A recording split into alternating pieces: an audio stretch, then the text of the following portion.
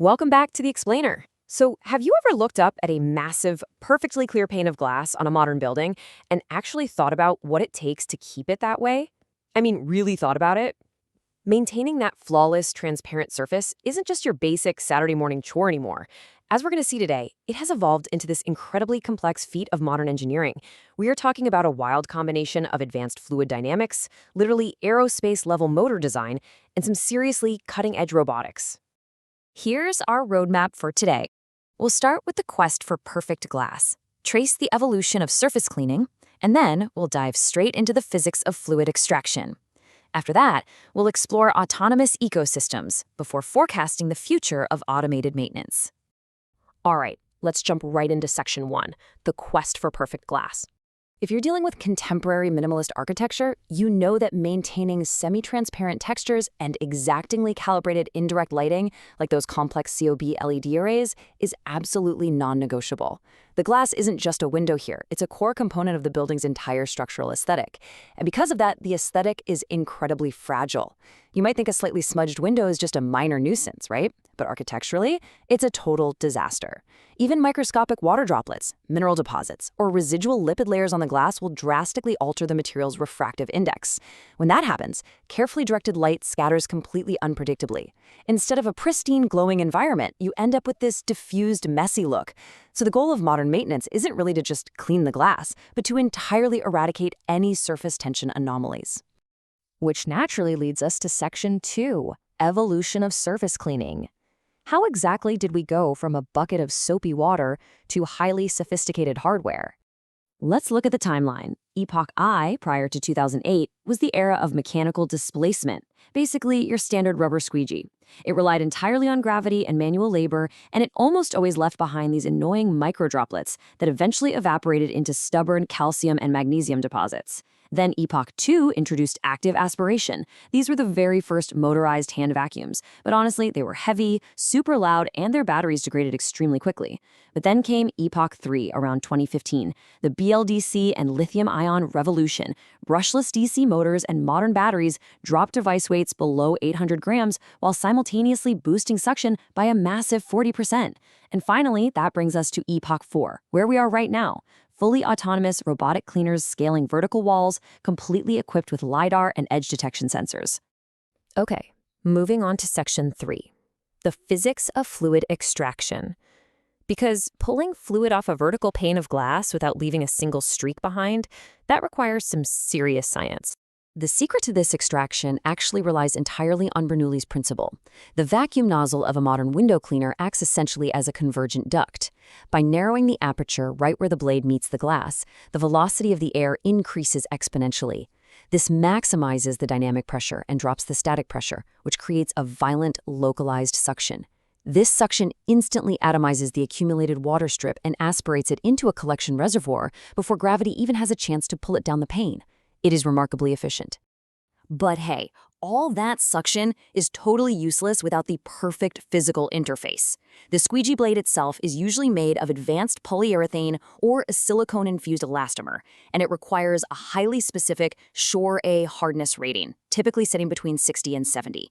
This very specific flexibility is what allows the blade to flawlessly glide over minor, microscopic surface imperfections on the glass while still remaining tough enough to resist degradation from really harsh, alkaline, or alcohol-based cleaning surfactants. And to power that suction, we are looking at unbelievable rotational speeds. 25,000. That is the maximum RPM generated by the 3-phase, brushless DC motors housed inside these compact little devices.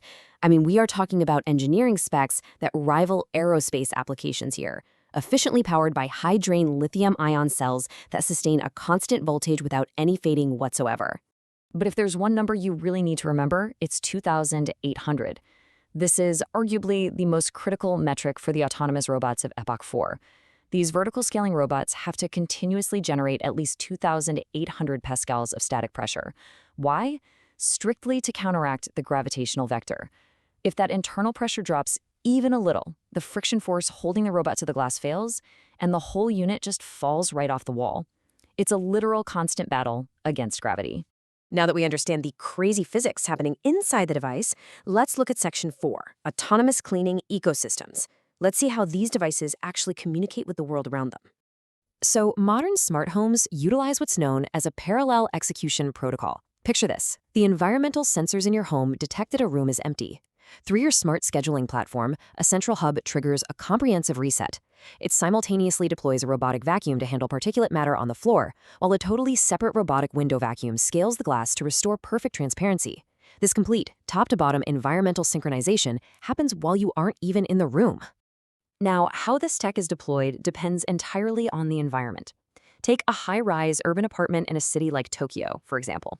Over there, humidity binds dangerous PM 2.5 smog directly to the exterior glass. So, autonomous robots equipped with ultrasonic sprayers are deployed to safely atomize the dirt and extract the sludge, meaning humans don't have to literally hang out of high-rise windows.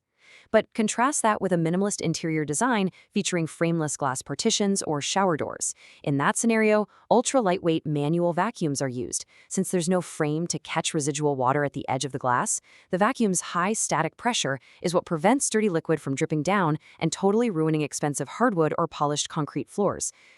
And the current hardware landscape brilliantly reflects these very different needs. On the manual, human-guided side of things, we have devices like the Kärcher W6 and the Bosch GlassVAC.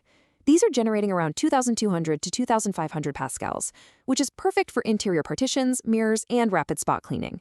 But over on the autonomous side, we have heavy-duty robots like the Ecovacs Winbot W1 Pro and the Hobot 2S.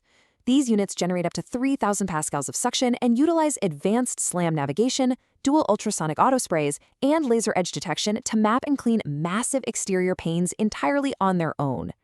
Which brings us to our fifth and final section, the future of automated maintenance. Where is all this incredible technology actually heading? Well, before we look too far to the horizon, we really need to ground this tech by acknowledging its current physical limitations. First off, we have the dead zone corner anomaly. Because of their shape, circular robots mathematically cannot reach 90-degree corners, and even these square chassis models leave a slight uncleaned margin just because of their sensor bumpers. Second, there are frameless edge detection failures. On highly transparent glass, under intense direct sunlight, those infrared edge sensors can actually become saturated. This leads to false positives or a total failure to break, which, by the way, is exactly why safety tethers are mandatory. Finally, surfactant foam contamination. If you use an overly concentrated, high-foaming detergent, the foam can bypass the internal baffles, get into the housing, and completely destroy the motor bearings. But the good news is, engineers are already solving these bottlenecks, and the roadmap ahead is honestly staggering. Soon, we are looking at AI edge computing, where onboard neural processing units will use microcameras to analyze dirt density in real time, dynamically adjusting the motor RPM and spray volume to save battery life. We're also going to see windowsill-mounted, self-cleaning base stations. The robot will dock, empty its dirty water, refill its detergent, and recharge, needing zero human intervention for months at a time. And maybe the most mind-blowing feature, building integrated photovoltaics. As solar glass becomes the standard for modern buildings, these cleaning robots will become critical infrastructure to maintain solar efficiency. They could potentially draw their power wirelessly, directly from the very solar glass they're cleaning. No way, right? Ultimately, it all boils down to this quote: "The automated maintenance of vertical glass planes is the final frontier in holistic environmental control." This technology is not merely a fun gadget to show off. It represents the application of rigorous fluid dynamics to solve a fundamental architectural problem. Achieving true structural aesthetic perfection simply demands state-of-the-art fluid extraction hardware. So I want to leave you with a somewhat provocative thought today. As smart home protocols unify our floors, our air, our lighting, and now our vertical surfaces, will the future of architecture mean the total invisibilization of household chores? How closely will your smart home ecosystem soon manage your physical reality without you ever having to lift a single finger? It's a pretty fascinating prospect. Thank you so much for joining me on this explainer, and keep your eyes open and your glass spotless.